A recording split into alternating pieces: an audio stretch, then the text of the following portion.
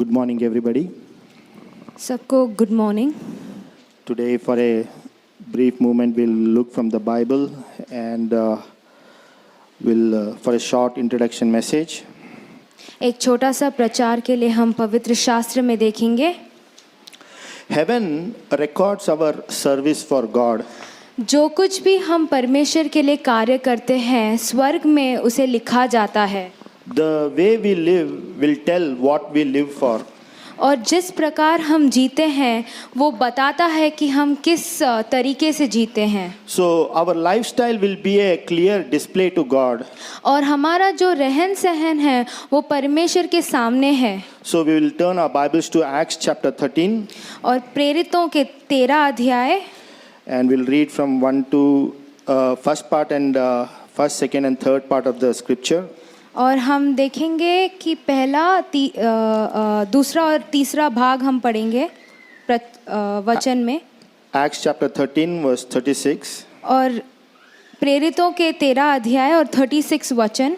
This is what the Holy Spirit tells about David. It says, "For David, after he had served his own generation by the will of God, fell on sleep." और यहाँ पे ऐसा लिखा गया है कि प्रेरितों के 13 और 36 वचन, क्योंकि दाऊद तो परमेश्वर की इच्छा के अनुसार अपने समय में सेवा करके सो गया। So Holy Spirit has mentioned David served his generation by the will of God. और हम देखते हैं कि दाऊद ने परमेश्वर के इच्छा के अनुसार अपने समय में जो लोग थे उनकी सेवा की। So in the will of God there is cross life. और परमेश्वर के इच्छा में क्रूस जीवन है। So what is this cross life? और ये क्रूस जीवन क्या है? So cross life is loving God more than self. और क्रूस जीवन का मतलब कि मैं परमेश्वर को ज्यादा प्रेम करता हूँ अपने से। Cross life is willing to put one's life at risk anytime for Jesus Christ. और क्रूस जीवन का मतलब ये है कि मैं अपना जीवन परमेश्वर के लिए खतरे में भी डाल सकता हूँ। So David risked his life many times many times he risked his life for God. और हम देखते हैं दाऊद ने अपने जीवन को बहुत सारे बार खतरे में डाला परमेश्वर के लिए। So that is why he was given the title the man after God's own heart. इसलिए उसको एक विषय दिया गया था कि वो परमेश्वर के हृदय के अनुसार चलने वाला था। And in the Bible in Revelation chapter 4 verse 11 it says we are created for his pleasure. और प्रकाशित 4 और 11 वचन में ऐसा लिखा गया है, हमें बनाया गया है उनकी प्रसन्नता के लिए। That means our life our service to Lord during our lifetime should bring glory and pleasure to God. और हमारा जो रहन सहन है हमारे जीवन में परमेश्वर को महिमा और प्रसन्नता लाना चाहिए। We are called to serve our generation by the will of God. हमें बुलाया गया है परमेश्वर द्वारा कि हम अपने लोगों को, हमारे जो समय में रहने वाले लोगों की सेवा करें। You know, many of us we work for different organizations. बहुत बार हम अलग अलग काम धंधों में काम करते हैं, different companies, और अलग अलग कंपनी में काम करते हैं। and if you see that they will note and they will record our performances. और हम देखते हैं कंपनी या फिर व्यापार के जगह में हमारे जो काम करने का तरीका है उसे लिखा जाता है। They will grade their employees. और उनको ऐसे भी उनको ग्रेड किया जाता है। And people who are working in corporate, they know if someone gets FEE, what is that stands for. और जो लोग बाहर काम करते हैं उनको मालूम होगा अगर तुम्हें F या E मिलता है उसका क्या मतलब है। FEE stands for far exceeds expectation. Far exceeds expectation. और ये जो F का मतलब ये है कि मैं अपने जो दिए गए जो सीमा है उससे भी ज्यादा कर रहा हूँ। Double E means exceeds expectation. और 2E का मतलब ये है कि हमारा जो चाहत है उससे भी ज्यादा तुमने कुछ किया है। ME means met expectation.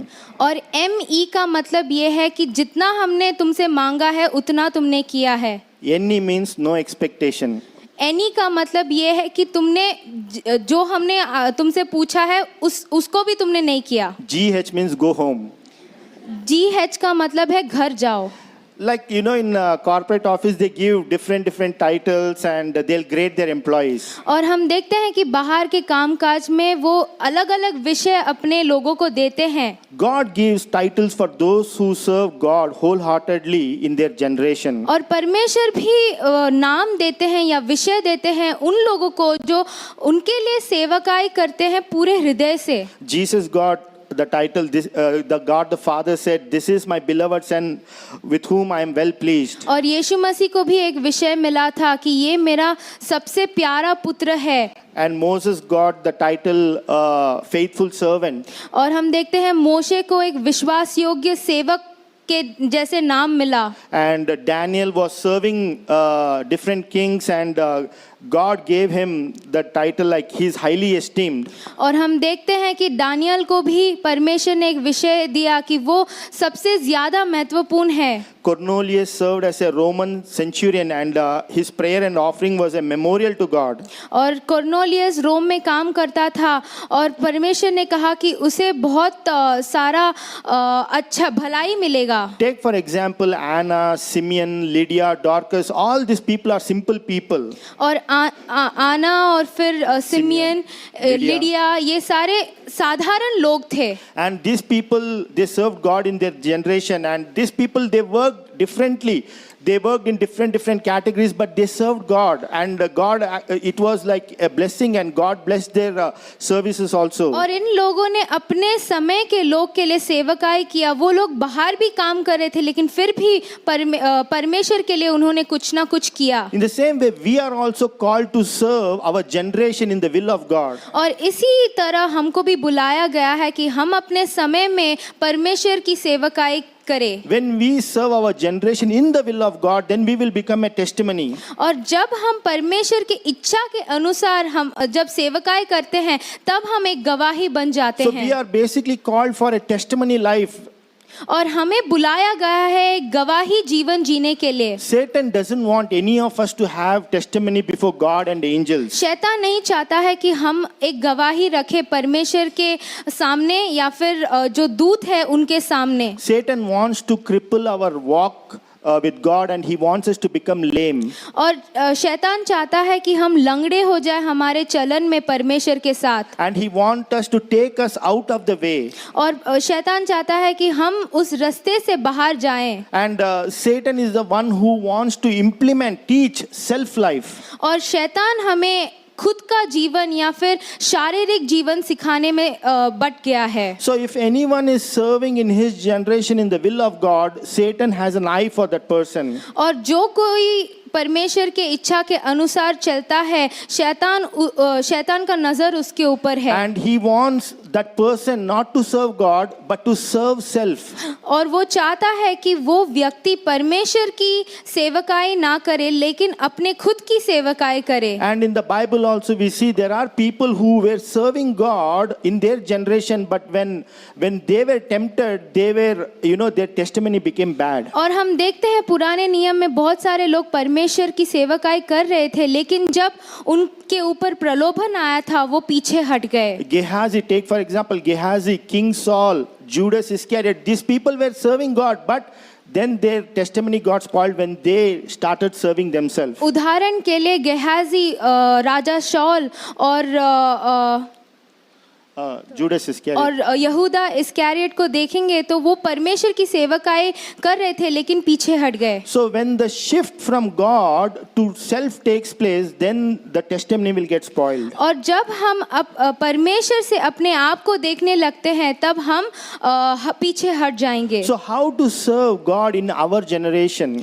कैसे हम अपने समय के लोग की सेवकाई कर सकते हैं In our generation, in God's will. और परमेश्वर की इच्छा के अनुसार। In John chapter 12 verse 26, I'll read for you. और यूहन्ना के 12 और 26 वचन में मैं पढ़ूंगा। It says, John chapter 12 verse 26, if any man serve me, let him follow me. and where I am, there shall also my servant be. और यहाँ पे ऐसा लिखा गया है, यदि कोई मेरी सेवा करे तो मेरे पीछे हो ले, और जहाँ मैं हूँ वहाँ मेरा सेवक भी होगा. If any man serve me, him will my Father honor. और यदि कोई मेरी सेवा करे तो पिता उसका आदर करेगा. So basically, following Jesus means listening to, obeying his commandments and carrying the cross life. और परमेश्वर का पीछा करना या सेवकाई करने का मतलब ये है कि मैं क्रूस जीवन को अपना लूं. So Jesus Christ says there is honor from the Father when we follow Jesus Christ. और जब हम परमेश्वर यीशु मसीह की सेवकाई करते हैं तब परमेश्वर पिता हमारी आदर करेंगे. So basically we are called to bring pleasure and not displeasure to God. हमें बुलाया गया है कि हम परमेश्वर को प्रसन्नता लाए, ना कि अप्रसन्नता. So we bring displeasure to God when we minus the cross in our life. और हम परमेश्वर को उदास या निराश कर देते हैं जब हम क्रूस जीवन को नहीं अपनाते. So meaning of displeasure, और अप्रसन्नता का क्या अर्थ है? it means some irritation, और इसका मतलब ये है कि हमको चिड़न हो रही है, uneasiness,